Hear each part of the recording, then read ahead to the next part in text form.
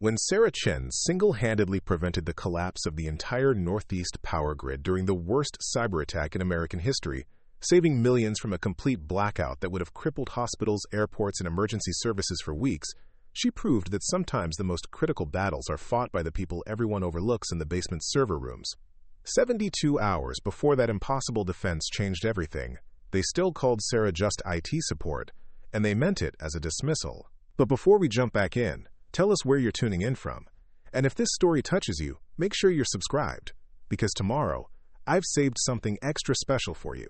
The organizational chart at Meridian Energy Corporation told Sarah everything she needed to know about her place in the company hierarchy. Her name appeared in small print under Information Technology Services, buried 3 levels below the executives who made decisions about infrastructure security while never understanding how any of it actually worked.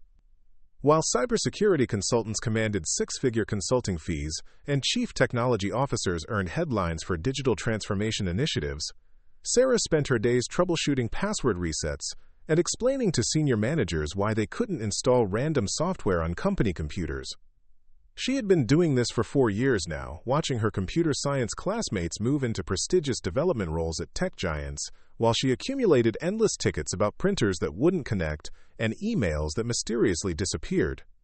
Sarah had graduated summa cum laude from MIT with dual degrees in computer science and electrical engineering, held advanced certifications in network security and industrial control systems, and could trace data packets through the most complex network architectures with an intuitive understanding that made seasoned engineers uncomfortable. None of it mattered when promotion committees saw help desk support and automatically categorized her expertise as basic troubleshooting rather than the sophisticated technical analysis she performed daily. The morning briefing room at Meridian's headquarters buzzed with the usual corporate energy. Department heads clustered around conference tables and digital displays, reviewing quarterly projections and discussing efficiency metrics that could affect stock prices without warning. Sarah sat in the back corner, the section unofficially reserved for support staff, reviewing system logs with the kind of methodical attention that management dismissed as excessive for routine maintenance tasks. Her company laptop bore none of the prestigious project stickers that marked high-priority assignments or innovative initiatives. No exclusive access badges, no recognition awards, just a standard-issue device and an employee ID that most executives couldn't match to a function, let alone a face. Sarah had learned to be invisible in a profession where visibility often meant being blamed for problems that originated far beyond her control, where being overlooked was preferable to being noticed when systems failed for reasons that had nothing to do with technical competence. She spread her network analysis charts across the small workspace, annotating traffic patterns and security anomalies with meticulous precision. The corporate network had been experiencing unusual behavior over the past several weeks, and Sarah tracked every suspicious connection, every irregular data transfer, every piece of digital evidence that might indicate compromise of critical systems. It was information that could prevent catastrophic failures, but nobody asked support staff for strategic security analysis. Director Michael Harrison emerged from the executive conference room with his usual confidence, commanding attention through presence alone. His business suit was perfectly tailored, every detail carefully coordinated to project the image of someone who understood technology well enough to make important decisions about it. Harrison had transitioned from investment banking to corporate technology management, and he carried himself like someone who'd never questioned the difference between understanding business requirements and actually implementing technical solutions. He paused at Sarah's workstation, his eyes scanning her network diagrams with the kind of casual dismissal reserved for documentation that wouldn't affect quarterly earnings reports. "Chen," he said, his tone carrying that particular inflection executives used when addressing personnel they considered interchangeable. "I see you're still playing network detective. Hope all that chart-making doesn't interfere with your actual support responsibilities." Sarah looked up from her analysis, her dark eyes meeting his without flinching. "Just reviewing anomalous traffic patterns for the quarterly security assessment, sir. The network's been showing unusual behavior that might indicate reconnaissance activity." Harrison sipped his coffee, making her wait for his response in the kind of power display that reminded everyone about corporate hierarchy and decision-making authority. "The thing about network traffic, Chen, is that it's monitored by our cybersecurity team. They have million-dollar tools and specialized training to identify real threats versus the normal fluctuations that happen in any large corporate environment. The comment drew knowing nods from nearby managers, the kind of casual dismissal that kept technical staff in their assigned roles without crossing the line into actionable workplace harassment. Sarah felt the familiar weight of institutional indifference, the sense that her analysis and expertise were viewed as symptoms of someone trying to exceed their job description rather than signs of professional competence. "Yes, sir," she replied carefully. "Just want to make sure our industrial control systems maintain optimal security." "Those industrial control systems that have been running reliably for months," Harrison said, stepping closer with the confidence of someone who'd never been wrong about anything that affected profit margins. "The power grid connections aren't exactly rocket science, even for support staff. Straightforward network monitoring, industry-standard security protocols, proven technology all the way through. Probably could automate most of the oversight." Sarah nodded once, her expression neutral, despite the frustration building as she listened to Harrison dismiss the complexity of systems he'd never actually examined. She'd been monitoring the SCADA networks that controlled power distribution for the entire Northeast Corridor, tracking data flows between generation facilities and transmission substations, with an understanding that came from years of studying how cyber attacks could cascade through interconnected infrastructure.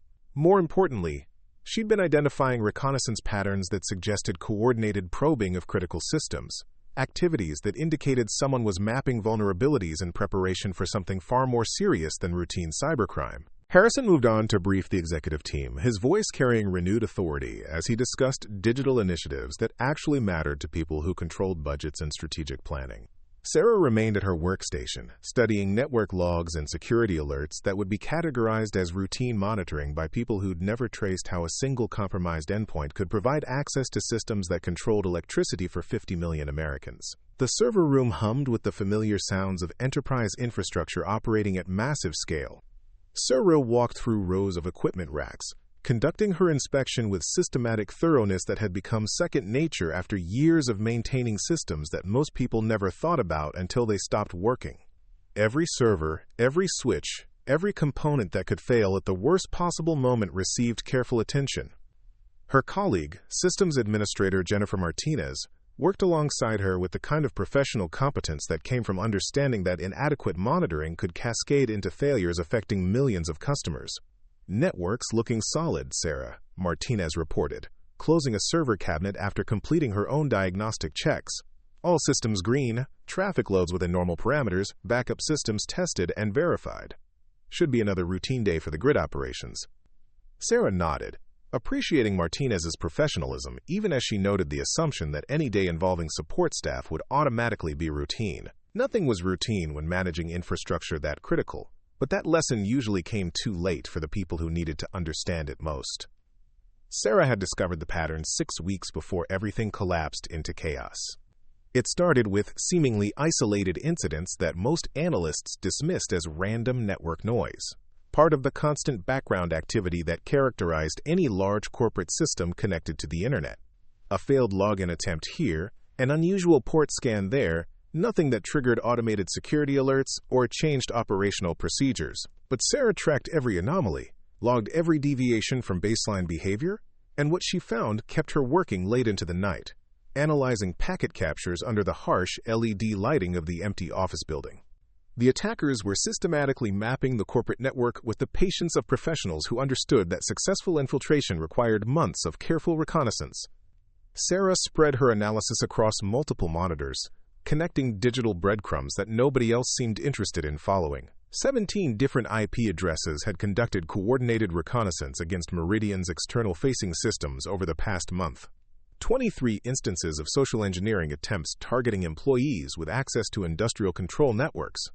A sophisticated phishing campaign that had successfully compromised 6 workstations belonging to engineers with elevated network privileges. Individually, these incidents looked like routine cybercrime, the kind of opportunistic attacks that every major corporation experienced daily. Together, they painted a picture of advanced persistent threat actors conducting the kind of preparation that preceded major infrastructure attacks. Sarah cross-referenced the incidents with threat intelligence databases and discovered another disturbing pattern.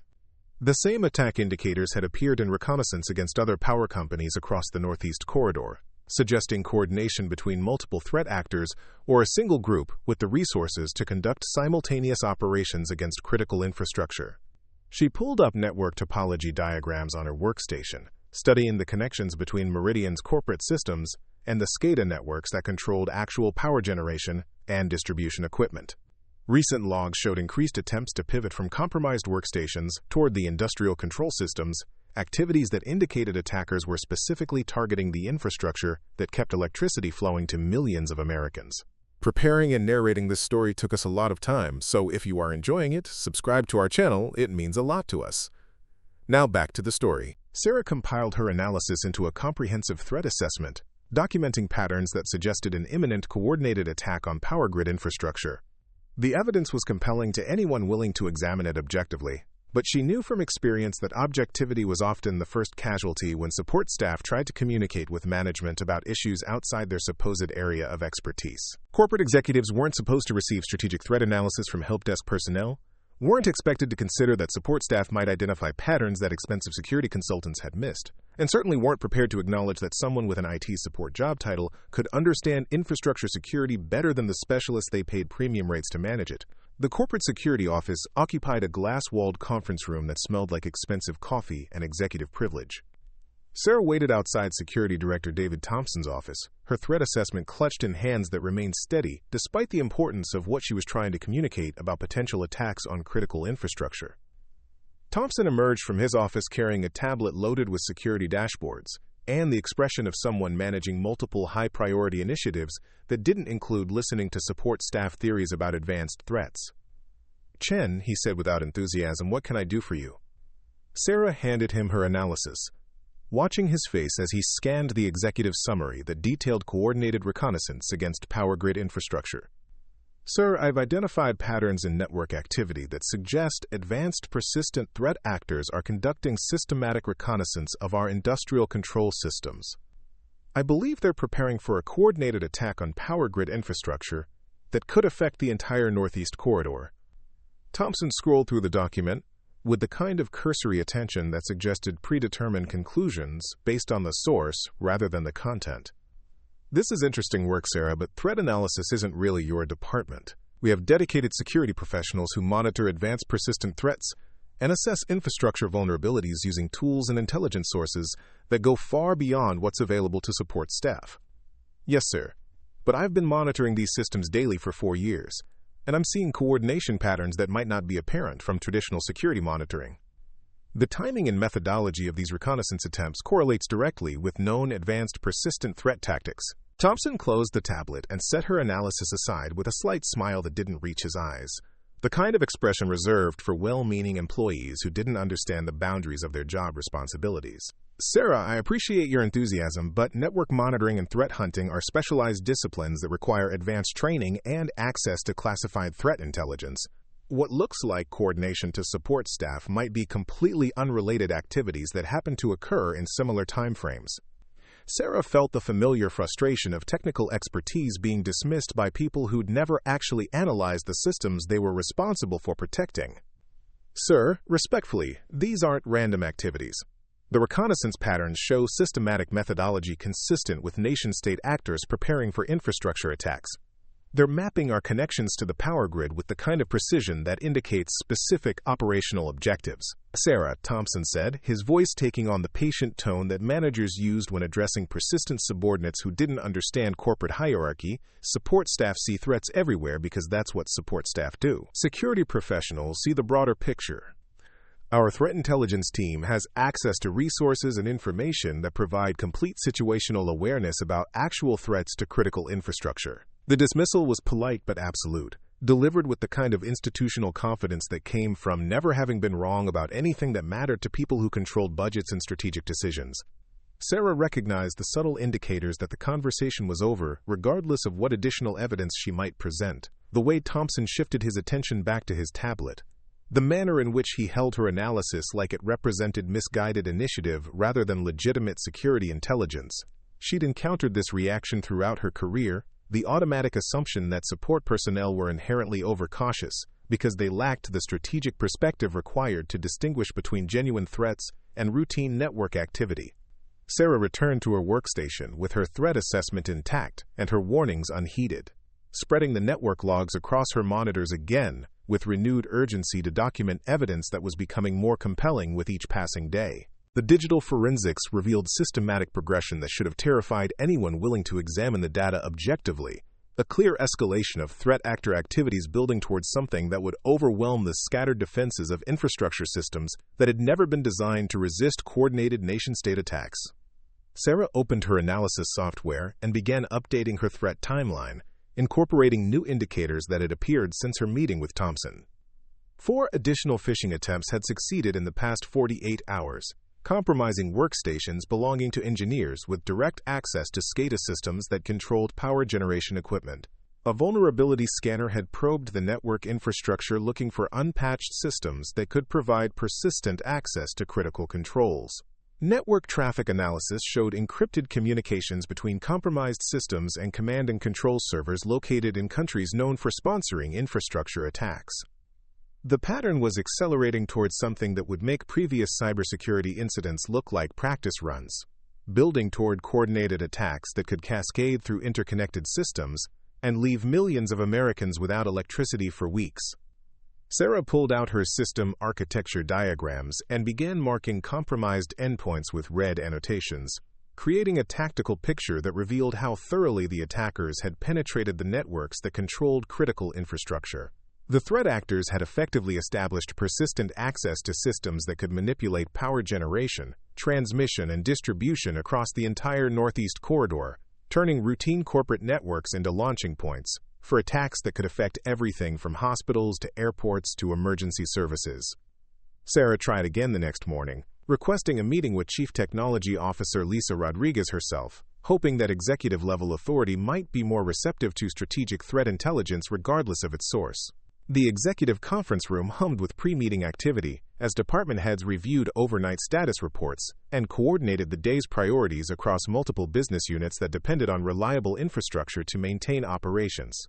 Rodriguez stood at the central presentation screen surrounded by senior managers and technology specialists who deferred to her judgment on matters that could affect millions of customers and billions of dollars in economic activity.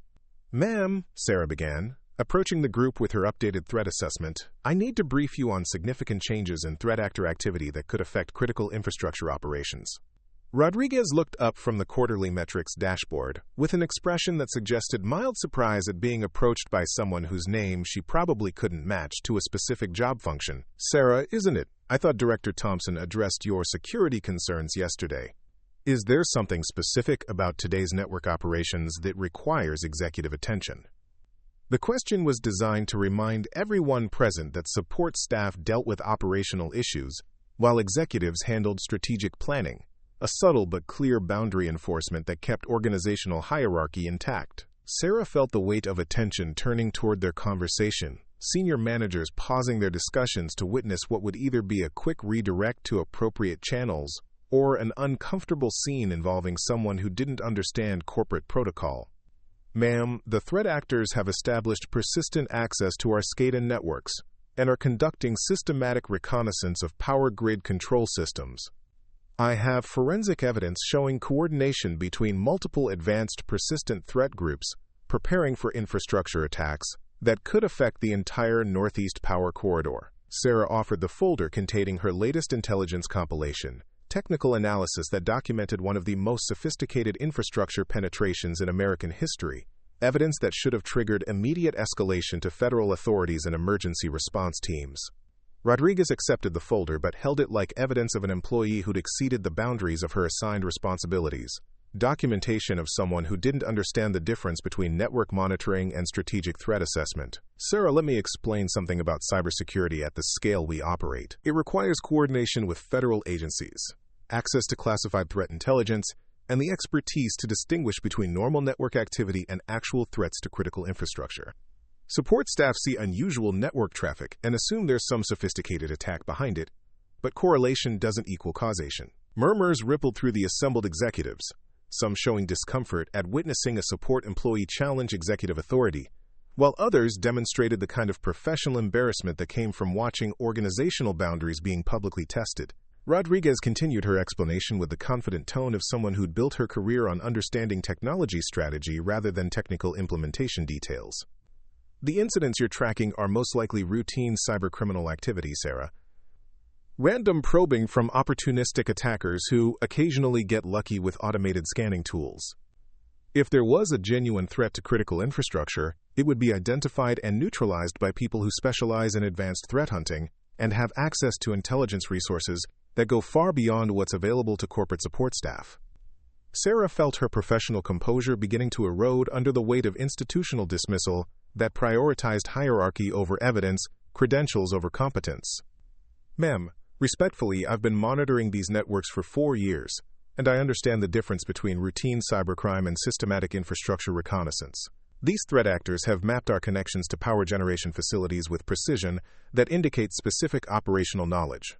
"Sarah," Rodriguez interrupted, her voice dropping to the register that every manager in the building recognized as dangerous territory. "Are you suggesting that our cybersecurity professionals have missed something that's obvious to someone in IT support? Are you questioning the competence of people who've devoted their careers to protecting critical infrastructure?" The silence that followed carried electric tension as everyone in the conference room understood the implications of this moment.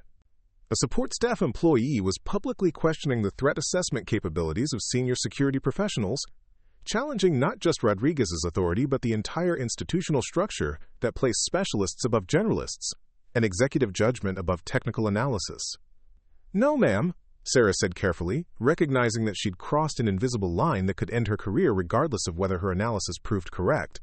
"I'm reporting technical observations from someone who monitors these systems daily and has identified patterns that might not be visible from traditional security management perspectives." Rodriguez handed the folder back without opening it, the gesture carrying more dismissal than any verbal response could convey, a physical demonstration that the conversation was over regardless of what evidence the documentation might contain. "Sarah, your attention to technical details is admirable, but your analysis is based on incomplete information and limited perspective.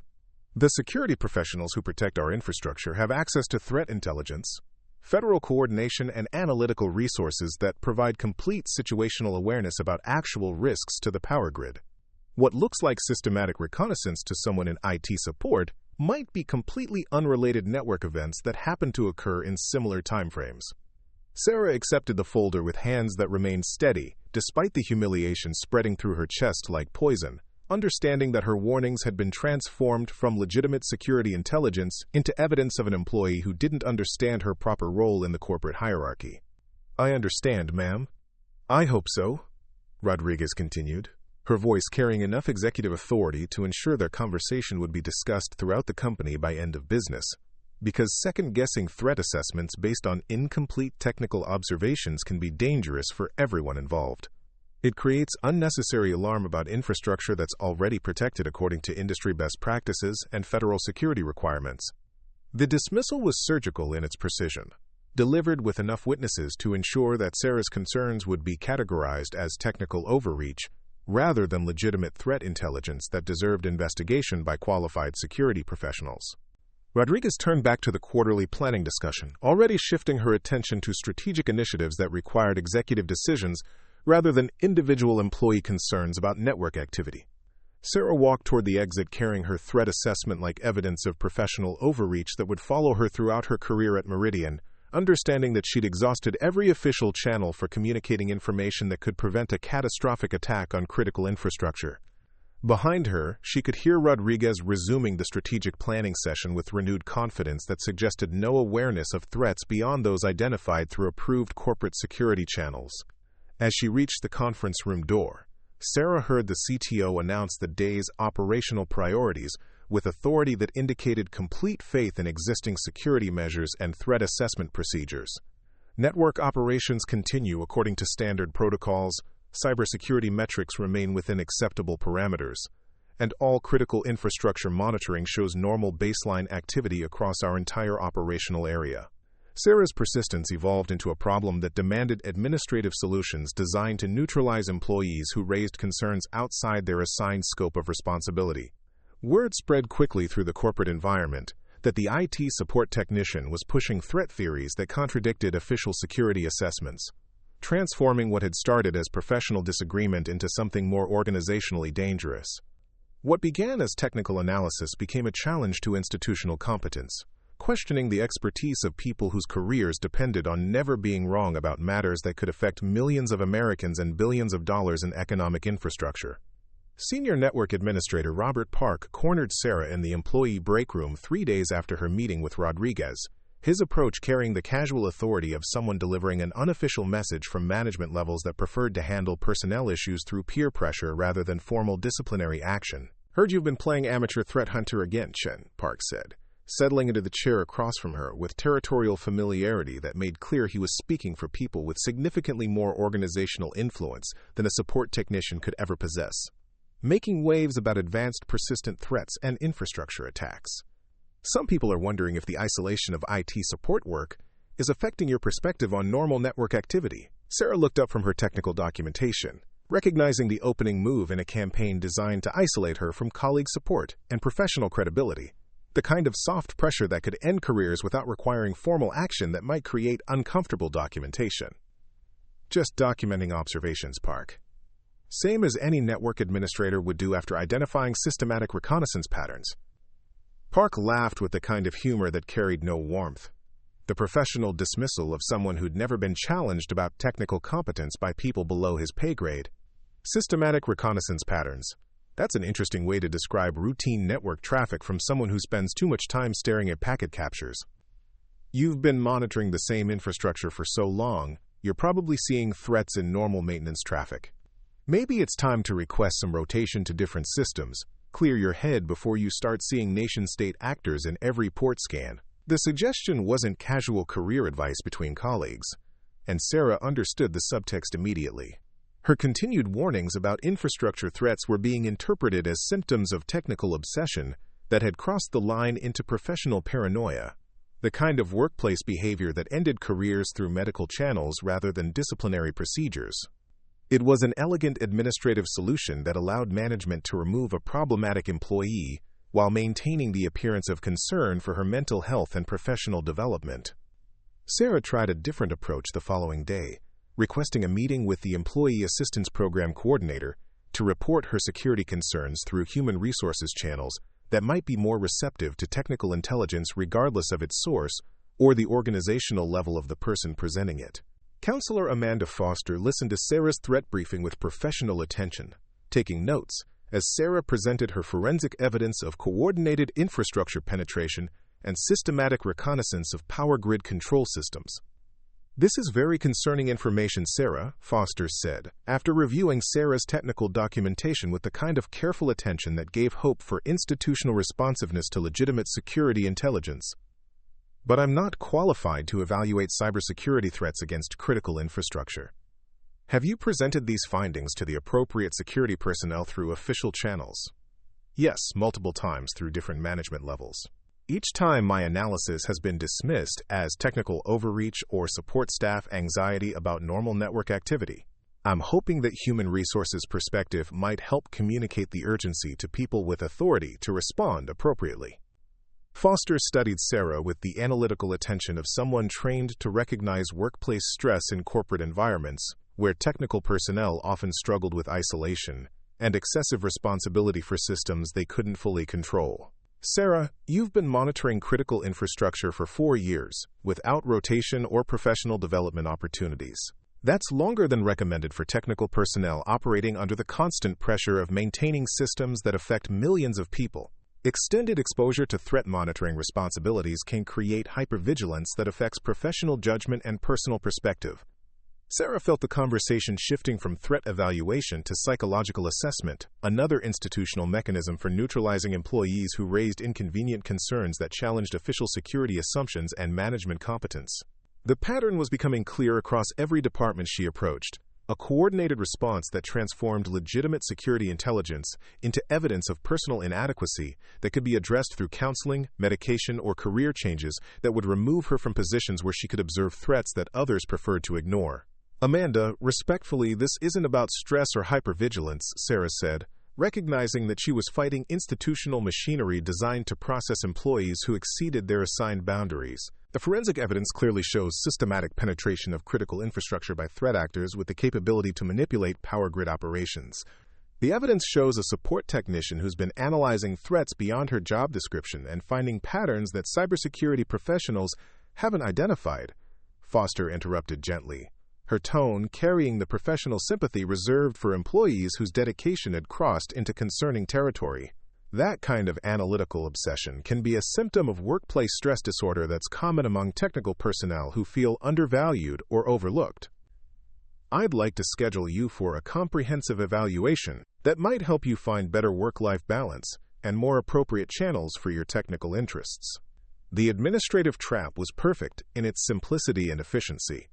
Sarah could accept the psychological evaluation and risk being removed from her position for mental health concerns, or she could refuse and have her fitness for duty questioned through other human resources mechanisms that would achieve the same result through different paperwork.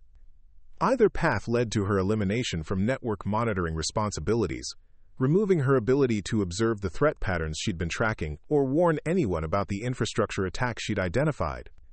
Her technical expertise would be neutralized through medical channels that were much more difficult to challenge than disciplinary actions that might require justification based on job performance rather than psychological fitness. Sarah's final attempt came through the corporate ethics hotline, requesting investigation of potential security negligence based on management's refusal to respond appropriately to credible threats against critical infrastructure that affected millions of Americans. Ethics Officer Colonel James Wright, a retired military officer hired specifically to handle sensitive corporate issues, listened to her intelligence summary with the patient attention of someone accustomed to receiving confidential reports about institutional failures and management misconduct. "Sarah, this is clearly a situation that's causing you significant professional concern," Wright said after Sarah finished her presentation of technical evidence that documented one of the most sophisticated infrastructure attacks in American history. "But I'm wondering if your focus on threat patterns might be rooted in job dissatisfaction rather than genuine security indicators that qualified professionals have somehow missed." "Sir, I'm not reporting job dissatisfaction or personal concerns," Sarah replied, understanding that even the ethics office was going to reframe her technical intelligence as psychological issues that could be addressed through career counseling rather than security responses. "I'm documenting systematic penetration of critical infrastructure by threat actors, who have the capability to cause cascading failures across the entire Northeast power grid." Wright nodded with professional understanding, the kind of administrative sympathy reserved for dedicated employees, whose technical focus had evolved into concerning patterns of behavior that suggested difficulty accepting institutional authority and professional boundaries. Evidence that's been reviewed by qualified cybersecurity professionals who found no cause for emergency response or federal notification. Sometimes our desire to contribute beyond our assigned responsibilities can create situations where we see significance in routine technical events. It's a natural response to feeling that our expertise isn't being properly utilized or recognized. The conversation had transformed Sarah's threat intelligence into a psychological profile that reduced her professional observations to symptoms of personal inadequacy and role dissatisfaction, administrative alchemy that converted legitimate security concerns into evidence that she needed career counseling rather than that the company needed to respond to infrastructure threats. Wright recommended professional development sessions that would help her accept her assigned technical responsibilities without feeling compelled to exceed her authority or expertise in areas that were properly managed by people with appropriate credentials and institutional access. Sarah left the ethics office understanding that every official channel had been systematically closed to her security concerns through administrative mechanisms that were more sophisticated and effective than simple dismissal. Her warnings had been transformed from legitimate threat intelligence into evidence of psychological instability, technical overreach, or job dissatisfaction that could be addressed through human resources solutions that removed problematic employees without creating documentation that might suggest institutional security failures. The threat actors continued their systematic penetration of critical infrastructure, while the people responsible for defending that infrastructure convinced themselves that the threats didn't exist, because acknowledging them would mean admitting that a support technician had identified attack patterns that expensive security consultants and federal coordination had somehow missed. Sarah retreated into solitary preparation, working through defensive scenarios that everyone else refused to acknowledge might become necessary when institutional denial collided with the reality of infrastructure attacks that were already in progress. Her workstation became an unofficial security operations center, monitors displaying network traffic analysis and threat intelligence that documented the most sophisticated attack on American infrastructure since the Colonial Pipeline incident. She cross-referenced threat actor methodologies with power grid vulnerabilities, understanding that successful infrastructure attacks required more than just network penetration. They demanded precise timing and coordination that would maximize cascading failures across interconnected systems that had never been designed to resist nation-state-level cyber warfare. The night shifts became her sanctuary, hours when she could work without attracting attention from management personnel, who'd already categorized her as a problem employee whose technical concerns had crossed into unprofessional territory. Sarah studied every piece of intelligence that appeared in security feeds and threat databases, looking for confirmations of the attack patterns she'd identified and additional indicators that might reveal the timeline for the coordinated assault on critical infrastructure. Network monitoring logs revealed increasing reconnaissance activity against power generation facilities, systematic probing of SCADA systems that controlled electricity distribution across multiple states, and command and control communications that indicated final preparation phases for attacks that could affect tens of millions of Americans. She began modifying her workstation configuration, adding monitoring capabilities and analysis tools that weren't standard for corporate support positions but could prove essential when crisis response demanded technical expertise that management had dismissed as unnecessary paranoia from someone who didn't understand her proper role in the organizational hierarchy. Sarah discovered the acceleration 3 weeks before the infrastructure collapsed completely.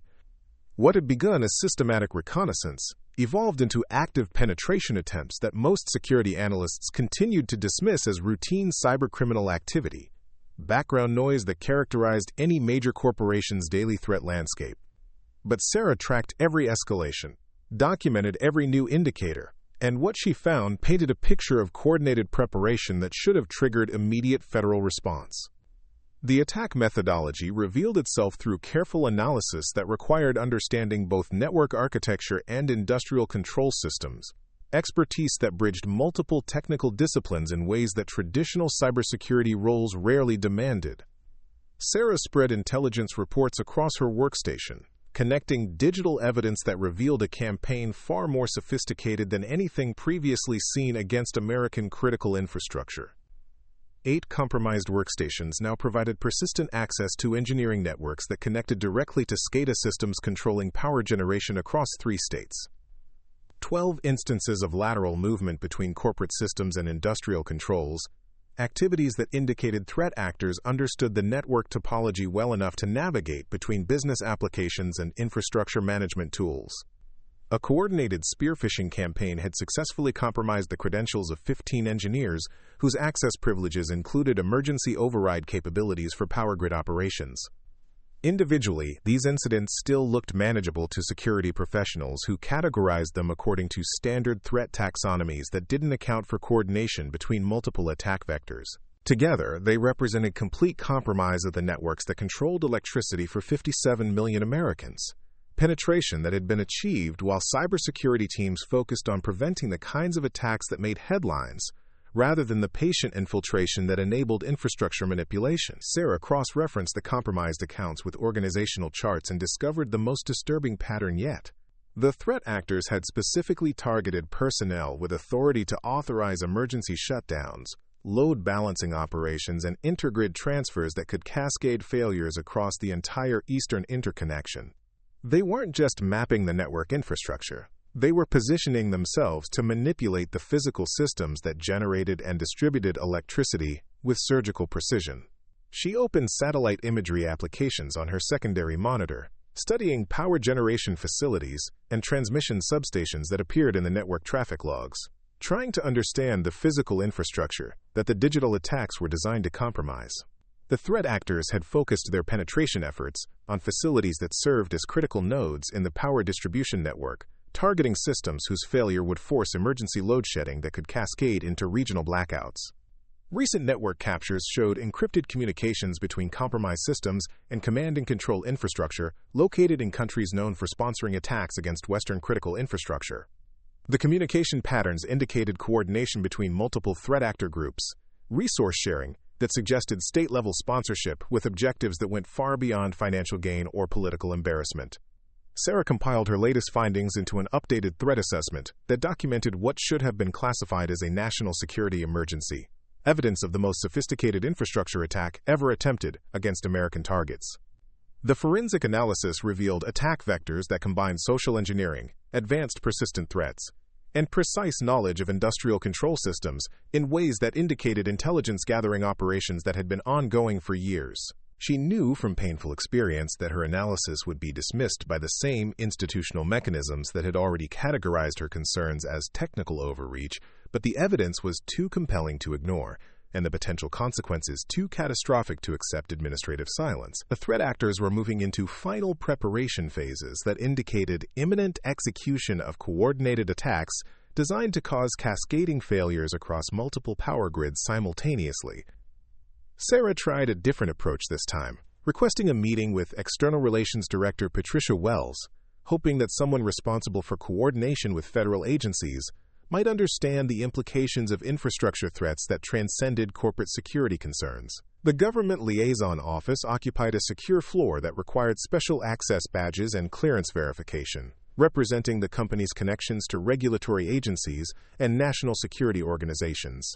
Wells listened to Sarah's briefing with professional attention that gave hope for institutional responsiveness to threats that demanded federal coordination rather than corporate security solutions. Her office walls displayed certificates and photos that indicated extensive experience with government agencies, background that might enable recognition of attack patterns that required resources beyond what private sector security could provide. "This is extremely concerning information," Sarah Wells said after reviewing technical documentation that detailed systematic compromise of critical infrastructure controls. But coordination with federal agencies requires specific protocols and clearance levels that are typically handled through our designated security liaisons, rather than direct reports from technical staff.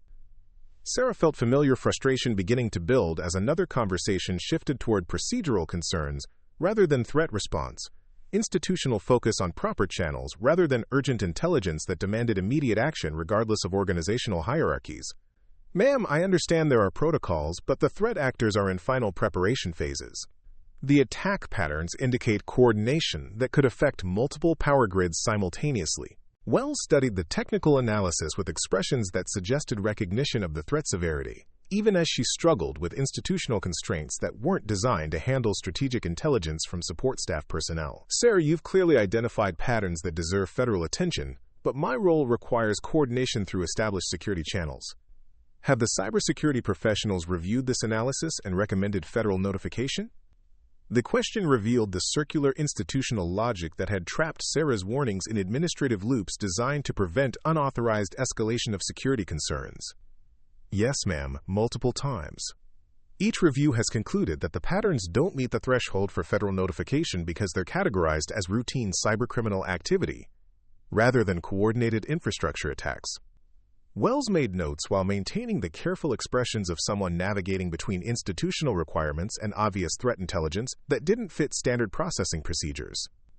"Sarah, I'm going to need to discuss this with our security leadership before I can initiate any federal coordination. These are significant allegations that require verification through appropriate technical authorities."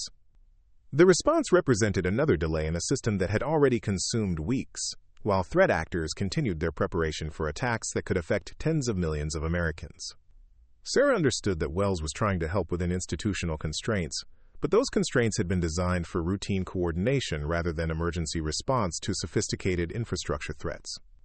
"Ma'am, respectfully, the verification process has already been completed multiple times. The technical evidence clearly demonstrates systematic penetration of critical infrastructure by threat actors with nation-state capabilities. Every day of delay provides additional time for attack preparation that could result in catastrophic consequences." Wells nodded with professional sympathy that acknowledged Sarah's expertise while remaining trapped in administrative procedures that required security clearance and management approval for any federal notification that might prove embarrassing if the threat assessment proved incorrect. "Sarah, I understand your urgency, but coordination with federal agencies involves classified information and diplomatic considerations that require careful handling through established channels." The conversation concluded with promises of internal review and appropriate escalation that Sarah recognized as polite administrative delay, another institutional mechanism for avoiding decisions that might prove controversial if the threat intelligence turned out to be accurate. Wells would discuss the matter with security leadership who had already dismissed the same evidence multiple times, creating a review cycle that could continue indefinitely while the actual attacks proceeded toward execution. Sarah returned to her workstation understanding that federal coordination would remain blocked by the same institutional denial that had prevented corporate response to clear evidence of infrastructure compromise. She spread her technical analysis across multiple monitors with renewed determination to document attack preparation that was accelerating toward execution regardless of institutional willingness to acknowledge the threat. Network traffic analysis revealed increasing command and control communications between compromised systems and foreign infrastructure, coordination that indicated final preparation phases for attacks that had moved beyond reconnaissance into operational planning. The threat actors were conducting systematic testing of their access to critical controls, verifying their ability to manipulate power generation and distribution systems with the precision necessary for coordinated attacks across multiple targets simultaneously. Sarah began her own preparation for scenarios that everyone else continued to dismiss as impossible, understanding that institutional denial wouldn't prevent attack execution, and that someone would need to respond when official channels remained paralyzed by administrative procedures designed for routine coordination rather than emergency infrastructure defense. Her workstation evolved into an unauthorized crisis response center, equipped with monitoring capabilities and analysis tools that could prove essential when cascade failures began affecting systems that management insisted were adequately protected. The pattern recognition software she'd developed during off-duty hours revealed acceleration in threat actor activities that should have triggered immediate escalation to the highest levels of government, clear indicators that attacks were transitioning from preparation into execution phases that could begin at any moment. Sarah tracked communications between threat actor groups that indicated coordination of timing for maximum impact, planning that demonstrated understanding of power grid vulnerabilities that had never been publicly disclosed. She cross-referenced attack indicators with power generation schedules and discovered that the threat actors were timing their assault to coincide with peak demand periods that would maximize cascading failures across interconnected systems. The attacks were designed to cause blackouts during hours when hospitals, airports, and emergency services would be operating at maximum capacity, creating humanitarian crises that would overwhelm disaster response capabilities. Sarah attempted one final escalation through corporate channels, requesting an emergency meeting with Chief Executive Officer Jonathan Blake himself, hoping that executive-level authority might cut through institutional resistance that had prevented appropriate response to clear evidence of infrastructure threats. The corner office occupied an entire floor of the headquarters building, surrounded by executive assistants and security personnel who controlled access to decision-making authority that could override departmental resistance to uncomfortable intelligence. Blake's assistant informed Sarah that the CEO's schedule was completely committed to quarterly planning sessions and board presentations that couldn't be disrupted for technical concerns that should be handled through appropriate departmental channels. The response represented final confirmation that corporate hierarchy wouldn't permit direct communication between support staff and executive authority, regardless of the strategic importance of the intelligence being reported. Sarah submitted her threat assessment through the executive briefing process, understanding that it would be filtered through the same security managers who had already dismissed her analysis as technical overreach that exceeded her job responsibilities. The document would be summarized by people who didn't understand the technical details and presented to executives who relied on departmental expertise rather than direct technical analysis. The institutional machinery designed to protect executive time from routine operational concerns had become a barrier to emergency intelligence that demanded immediate decision-making authority, creating administrative obstacles that prevented appropriate response to threats that transcended normal business operations. Sarah watched her final warning disappear into corporate review processes that could take weeks to complete, while attack execution proceeded according to timelines that measured critical decisions in hours rather than quarterly planning cycles.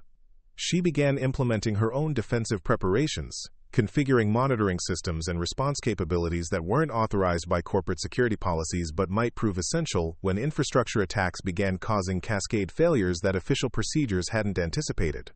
Sarah worked through scenarios that combined her technical expertise with understanding of power grid vulnerabilities, developing response strategies that could minimize damage even if institutional denial prevented proactive defense. The threat intelligence continued updating in real time as attack preparation accelerated toward execution. Network communications between threat actor groups indicating final coordination of attacks designed to cause simultaneous failures across multiple critical infrastructure targets. Sarah documented everything with the meticulous attention to detail that had characterized her technical work for years, creating a forensic record that would be essential for post-incident analysis, regardless of whether anyone survived to conduct that analysis. Her unauthorized monitoring capabilities revealed communications between compromised systems and command and control infrastructure that confirmed the most sophisticated infrastructure attack in American history was entering its final phases. The threat actors had achieved complete penetration of networks controlling electricity for most of the eastern United States, positioning themselves to manipulate power generation and distribution with precision that could cause cascading blackouts affecting tens of millions of Americans. Sarah understood that she was probably the only person in the country who fully comprehended the scope and sophistication of the attack that was about to unfold, the only analyst who had connected all the indicators into a complete tactical picture of coordinated infrastructure warfare that would overwhelm every defensive system that had been designed for routine cybersecurity rather than nation-state level attacks against critical infrastructure. The corporate security establishment continued operating according to assumptions that had already been invalidated by attack methodologies that exceeded their analytical frameworks and response capabilities. Management remained confident in defensive measures that had been completely bypassed by threat actors who understood American infrastructure vulnerabilities better than the people responsible for protecting those systems. Sarah faced a decision that would determine whether tens of millions of Americans would lose electricity during coordinated attacks that their government and corporate leadership refused to acknowledge were already in progress. She could accept institutional dismissal and hope that official channels would somehow respond appropriately when cascade failures began affecting systems they insisted were adequately protected. Or she could take unauthorized action based on technical expertise that everyone had dismissed as exceeding her job qualifications.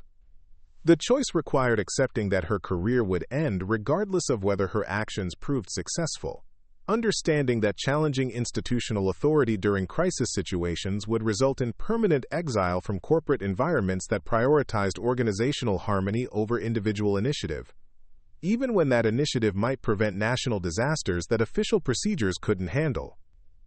Sarah began her final preparations for unauthorized response to infrastructure attacks that were already in execution phases, knowing that institutional denial would continue, even after cascade failures began affecting systems that management had insisted were impossible to compromise through the attack vectors she'd been documenting for months.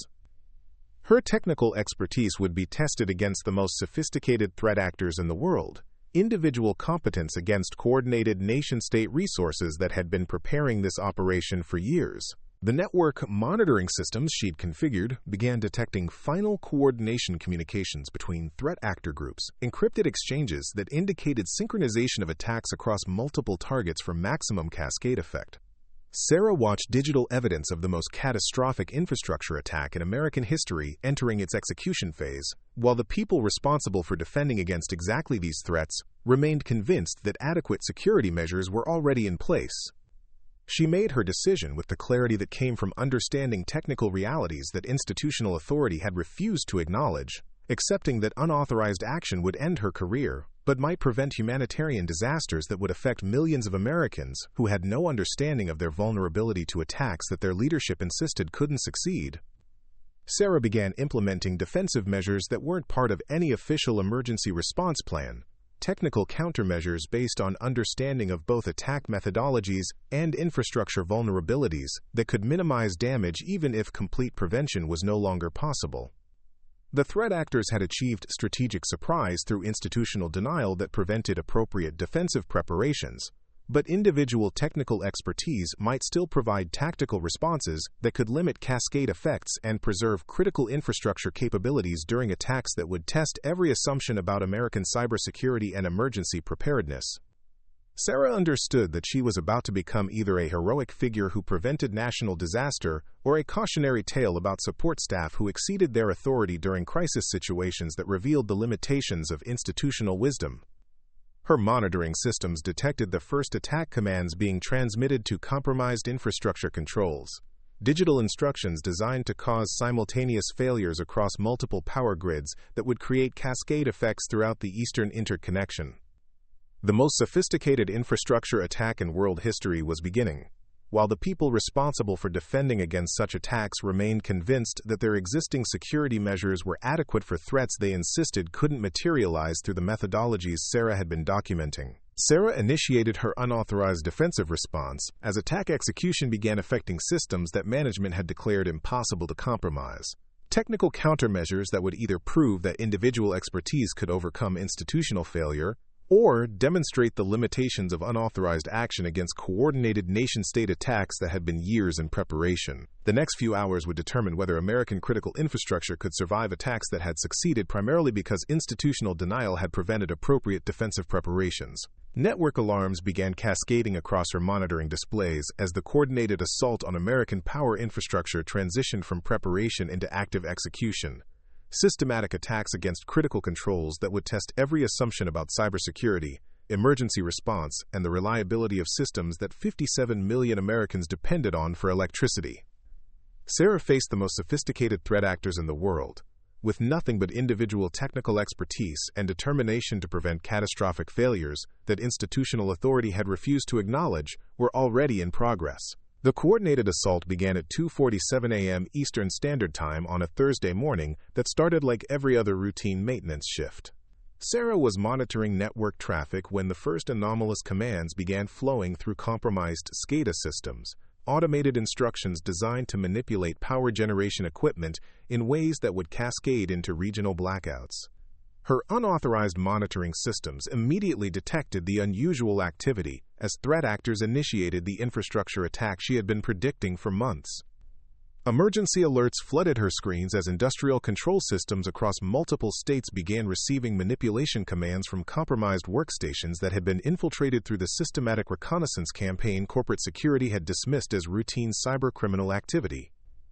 Sarah watched in real time as the most sophisticated infrastructure attack in American history unfolded exactly according to the patterns she had documented, while management insisted such coordination was impossible. The first power generation facility to report problems was located in Pennsylvania, where SCADA controls had been manipulated to create artificial load imbalances that forced emergency shutdowns of turbine generators. Within minutes, similar attacks were affecting facilities across Maryland, Virginia, and North Carolina. Systematic manipulation of industrial controls designed to overwhelm the power grid's ability to compensate for sudden generation losses.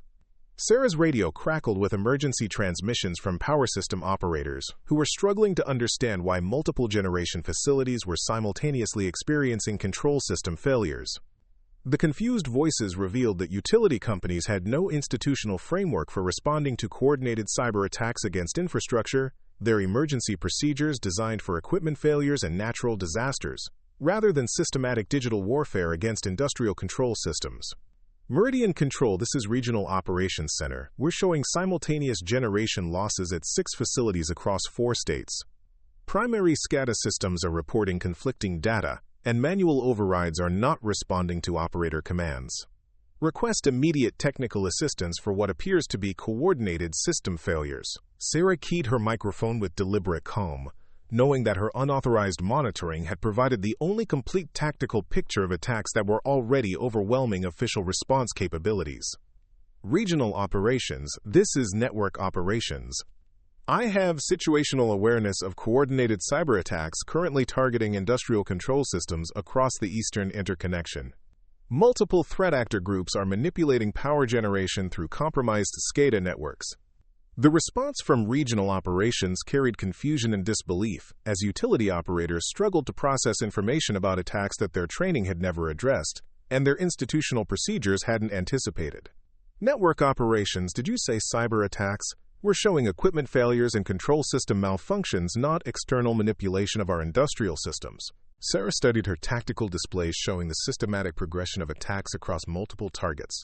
Threat actor coordination that was proceeding exactly according to the timeline she had predicted through analysis that corporate security had categorized as technical overreach by support staff who didn't understand their proper roles.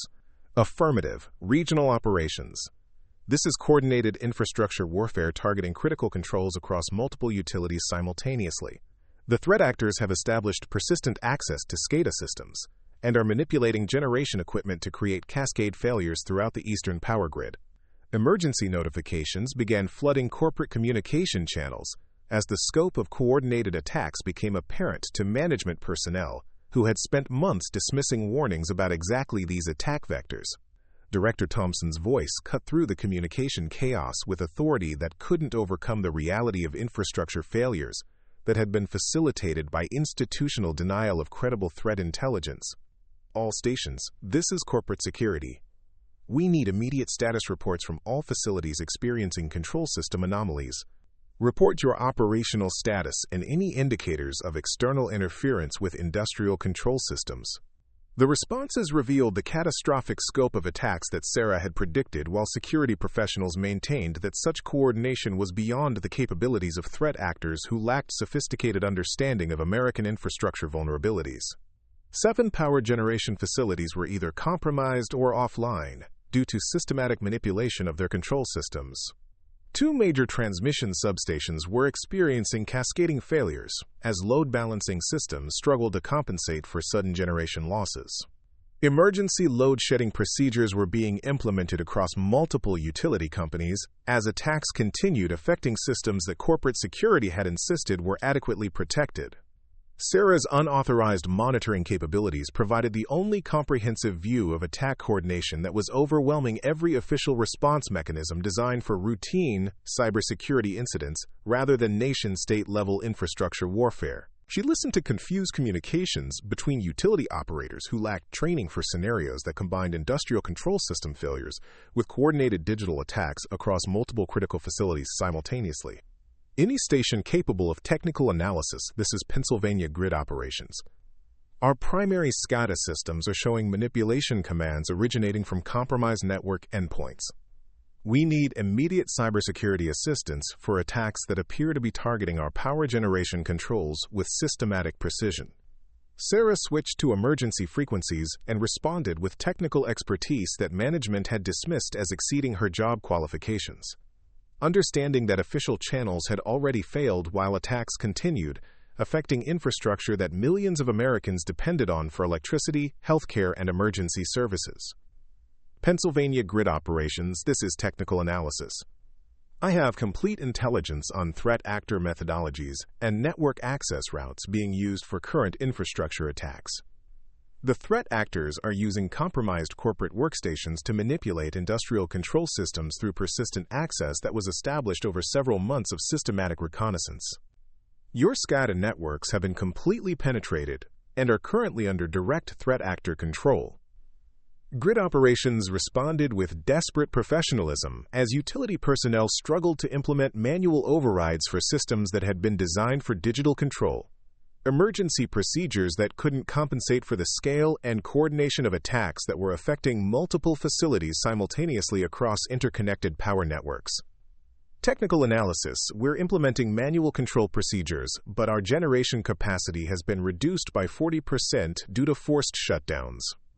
Load balancing systems are failing to compensate for simultaneous generation losses across multiple states. We need immediate technical assistance to restore automated control systems.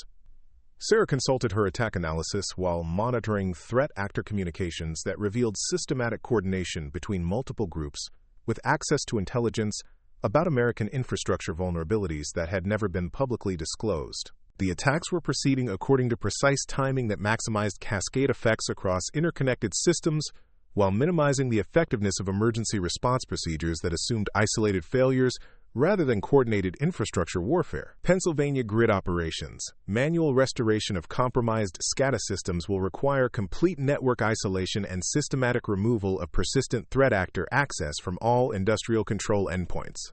Current attack methodology indicates threat actors have administrative privileges across your entire infrastructure network. Emergency response coordination collapsed into chaos as utility companies discovered that their cybersecurity capabilities had been designed for routine incidents rather than sophisticated nation-state attacks that exceeded every assumption about infrastructure protection and threat response. Corporate executives who had dismissed Sarah's warnings found themselves managing crisis situations that validated every pattern she had identified through unauthorized analysis of network activity that security professionals had categorized as routine background noise. Chief Technology Officer Rodriguez's voice joined the emergency communication network with authority that couldn't overcome institutional failures that had enabled systematic penetration of critical infrastructure through attack vectors that Sarah had been documenting for months, while management insisted such threats didn't exist. All corporate operations, this is executive command. We're coordinating with federal agencies and utility partners to respond to what appears to be coordinated attacks against power generation infrastructure. Implement all emergency procedures and report status through established crisis communication protocols. Sarah listened to Rodriguez, coordinating responses that were based on assumptions about infrastructure security that had already been invalidated by attacks that were succeeding through methodologies that corporate security had refused to acknowledge, despite clear technical evidence of systematic threat actor preparation and network penetration. She made her decision with complete understanding that unauthorized action would end her career, but might prevent humanitarian disasters that would affect millions of Americans who had no awareness of their vulnerability to attacks that their leadership had insisted couldn't succeed through the vectors she had been tracking. The flight back to the support vessel with the final group of evacuees was routine, completed without incident, despite the deteriorating weather conditions. As the last passengers were transferred to the ship, Sarah felt the satisfaction that came from completing a mission that had tested every aspect of her skills and experience. Anderson's voice came across the radio as the 3 helicopters prepared for the return flight to Bergen. "Lead, that was some of the finest flying I've ever witnessed. The technique you developed for that final approach saved the mission." Haugen's agreement followed immediately. "Outstanding work, Lead. I'm not sure anyone else could have adapted to those conditions quickly enough to complete the evacuation." Sarah acknowledged their praise but kept her response focused on the operational aspects of their return flight. Weather conditions were continuing to deteriorate, and they still faced a challenging 2.5-hour flight back to the mainland with fuel margins that left little room for error. The return journey tested the formation's endurance and skill as thoroughly as the evacuation itself had challenged their adaptability. Headwinds had increased to the point where ground speed was reduced by nearly 30%, forcing them to carefully manage fuel consumption while fighting turbulence that made formation flying extremely demanding. 2 hours into the return flight, they encountered weather conditions that pushed even Sarah's extensive experience to its limits. A line of severe thunderstorms had developed along their route, creating areas of extreme turbulence and wind shear that could destroy aircraft that encountered them unprepared. "Formation, this is Lead. We're approaching a line of severe weather. I'm going to find a route through the system. Maintain close formation and be prepared for extreme turbulence." Sarah studied her weather radar display, looking for gaps between the most intense cells that might allow safe passage. The storms were massive and closely spaced, but there appeared to be a narrow corridor that might be navigable with careful timing and precise navigation.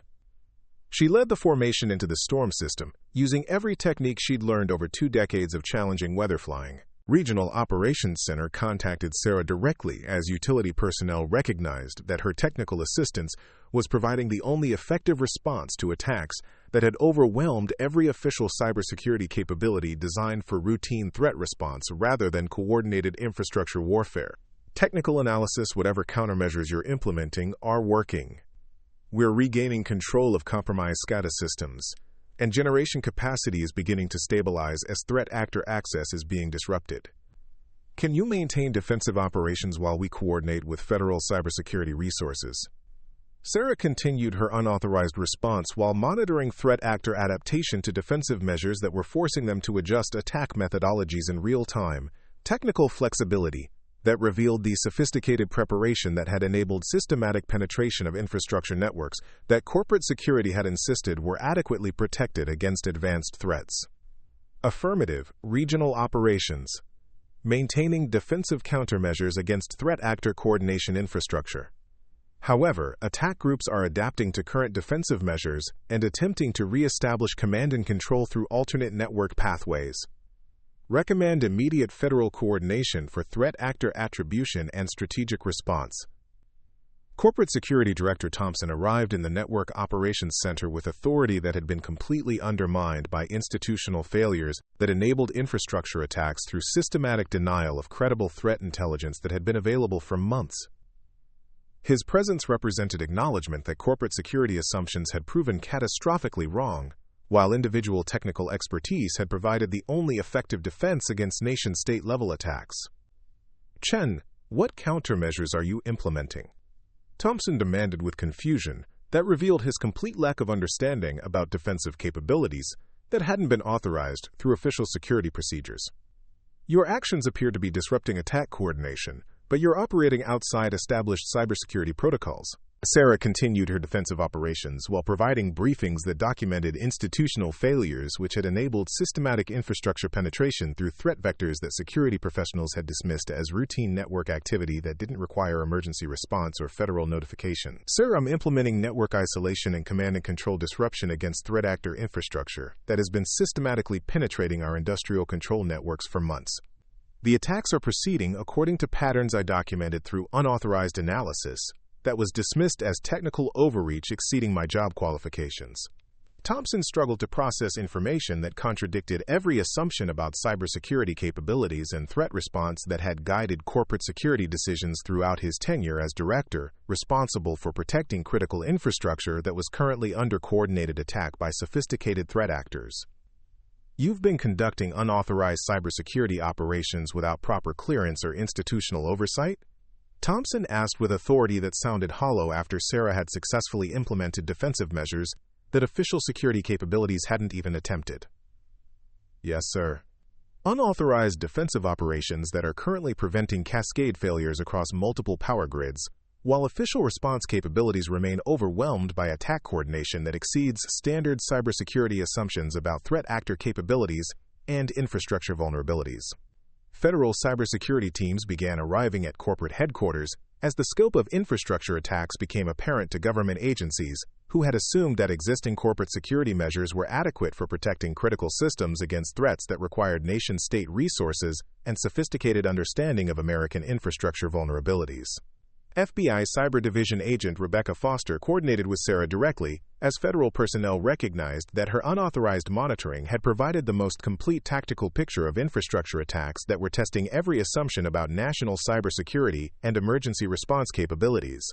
Chen, your countermeasures appear to be the only effective response to coordinated attacks that have overwhelmed utility company defenses across multiple states. Can you brief federal response teams on threat actor methodologies and defensive measures that are currently limiting infrastructure damage?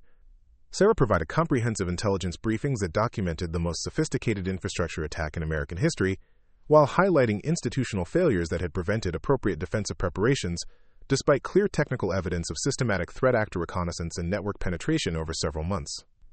Agent Foster, threat actors achieved complete penetration of industrial control networks through systematic compromise of corporate workstations, with elevated privileges on SCADA systems. Attack coordination was facilitated through encrypted communications between multiple threat actor groups, with precise knowledge of infrastructure vulnerabilities that enabled synchronized manipulation of power generation across multiple utilities simultaneously. Federal analysis teams began implementing Sarah's defensive methodologies across utility networks throughout the Eastern Interconnection, as government agencies recognized that individual technical expertise had succeeded, where institutional cybersecurity capabilities had failed catastrophically due to assumptions about infrastructure protection that proved inadequate against nation-state level attacks. The coordinated infrastructure assault continued for 18 hours as threat actors adapted to defensive countermeasures, while federal response teams implemented systematic restoration of compromised control systems across multiple critical facilities. Sarah maintained her unauthorized defensive operations throughout the crisis, providing technical expertise that prevented cascade failures that could have affected tens of millions of Americans during attacks that their leadership had insisted were impossible. Utility companies began reporting restoration of normal operations as persistent threat actor access was systematically eliminated through defensive measures that combined Sarah's network analysis with federal cybersecurity resources that had been mobilized in response to attacks that validated every warning she had submitted through corporate channels that had dismissed her intelligence as technical overreach. The attack aftermath revealed systematic institutional failures that had enabled infrastructure penetration through denial of credible threat intelligence and assumptions about cybersecurity that proved inadequate against sophisticated threat actors with nation-state capabilities and precise understanding of American infrastructure vulnerabilities that had never been adequately protected against coordinated digital warfare. 3 months after preventing the collapse of the Northeast power grid, Sarah stood in the Pentagon's Cyber Command briefing room, her new uniform bearing insignia that identified her as Senior Infrastructure Defense Analyst for the Department of Homeland Security.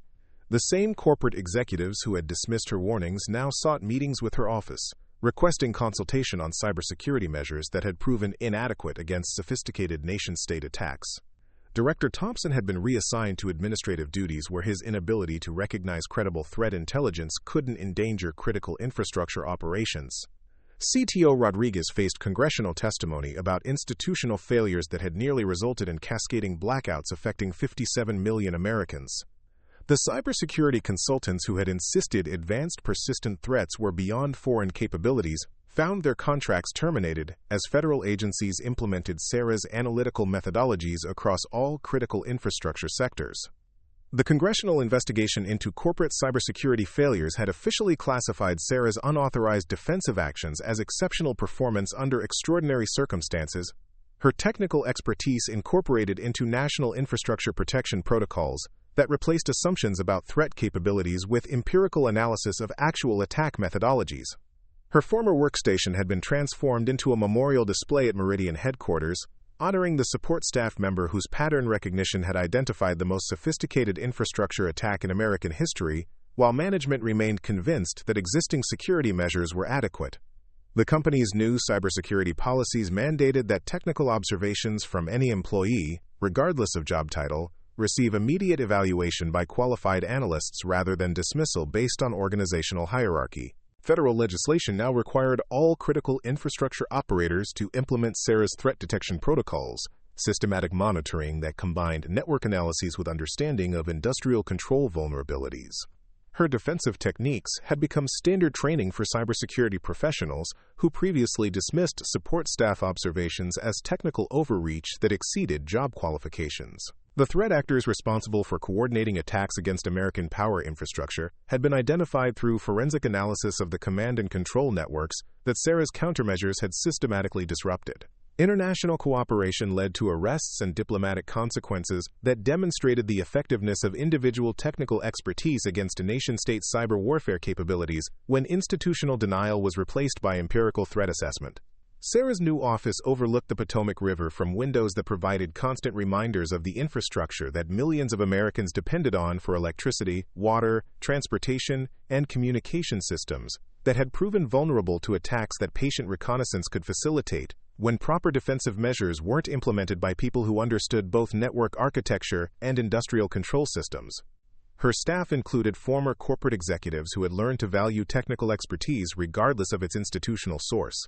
Analysts who understood that pattern recognition required methodical attention to details that automated systems might categorize as routine background activity. The organizational culture emphasized individual initiative and critical thinking over hierarchy and procedural compliance that had enabled systematic infrastructure penetration through institutional blindness to credible threat intelligence. Congressional testimony had established CERA as the primary authority on infrastructure cybersecurity. Her analysis cited in national security documents and international cooperation agreements that addressed systematic vulnerabilities in critical systems that connected digital networks with physical infrastructure controlling electricity, water, transportation, and communication systems essential for modern society. The young analysts in her new department listened with focused attention as CERA described threat hunting methodologies and institutional challenges that had enabled nation-state attacks against American infrastructure. Her classroom walls displayed network diagrams from the coordinated assault that had tested every assumption about cybersecurity, emergency response, and the reliability of systems that sustained economic activity and public safety across multiple states simultaneously. Remember, CERA told her students, expertise isn't determined by job titles or organizational charts. It develops through systematic analysis, technical competence, and the determination to trust empirical evidence, even when institutional authority dismisses uncomfortable intelligence. The threat actors taught us that enemies don't respect our corporate hierarchies or assumptions about what support staff are supposed to understand about critical infrastructure protection. Her students would graduate with capabilities that integrated technical analysis with understanding of industrial systems, prepared for coordination between private sector infrastructure operators and federal cybersecurity resources, rather than institutional denial, that enabled systematic penetration of critical networks by sophisticated threat actors with nation-state capabilities. After class, CERA returned to her secure office where classified intelligence systems provided real-time monitoring of critical infrastructure across all sectors of the American economy. Her team of analysts conducted systematic threat hunting that combined her pattern recognition methodologies with federal resources that enabled proactive defense rather than reactive response to attacks that had already achieved their operational objectives. The Pentagon had proven that dismissing someone as support staff was only accurate if institutions accepted limitations that individuals refused to acknowledge. Sometimes the most important battles were fought by people others overlooked, and sometimes expertise emerged from unexpected sources when institutional wisdom proved inadequate for challenges that required technical competence rather than administrative authority. Sarah had demonstrated that individual preparation and analytical competence could overcome coordinated nation-state attacks when institutional denial prevented appropriate defensive measures, proving that determination and expertise mattered more than organizational hierarchy when facing sophisticated threats that targeted the infrastructure systems essential for American society and economic activity. The monitoring systems in her new office displayed real-time intelligence about threat actor activities targeting American infrastructure, early warning capabilities that ensured systematic reconnaissance would be identified and neutralized before attacks could achieve the coordination necessary for cascading failures across interconnected systems that sustained modern civilization. Her legacy had transformed American cybersecurity from reactive incident response to proactive threat hunting that valued technical expertise regardless of its institutional source, ensuring that future infrastructure attacks would face defensive capabilities that matched the sophistication of nation-state cyber warfare resources that had previously succeeded through institutional blindness to credible threat intelligence provided by people whose job titles didn't match traditional expectations about cybersecurity expertise. The nation was safer because someone had refused to accept that being called support staff limited her responsibility to protect infrastructure that millions of Americans depended on, proving that individual competence and determination could prevail against institutional failure when technical expertise was applied systematically against sophisticated threats that targeted the fundamental systems sustaining American society and economic prosperity. Up next, you've got two more standout stories right on your screen. If this one hit the mark, you won't want to pass these up. Just click and check them out.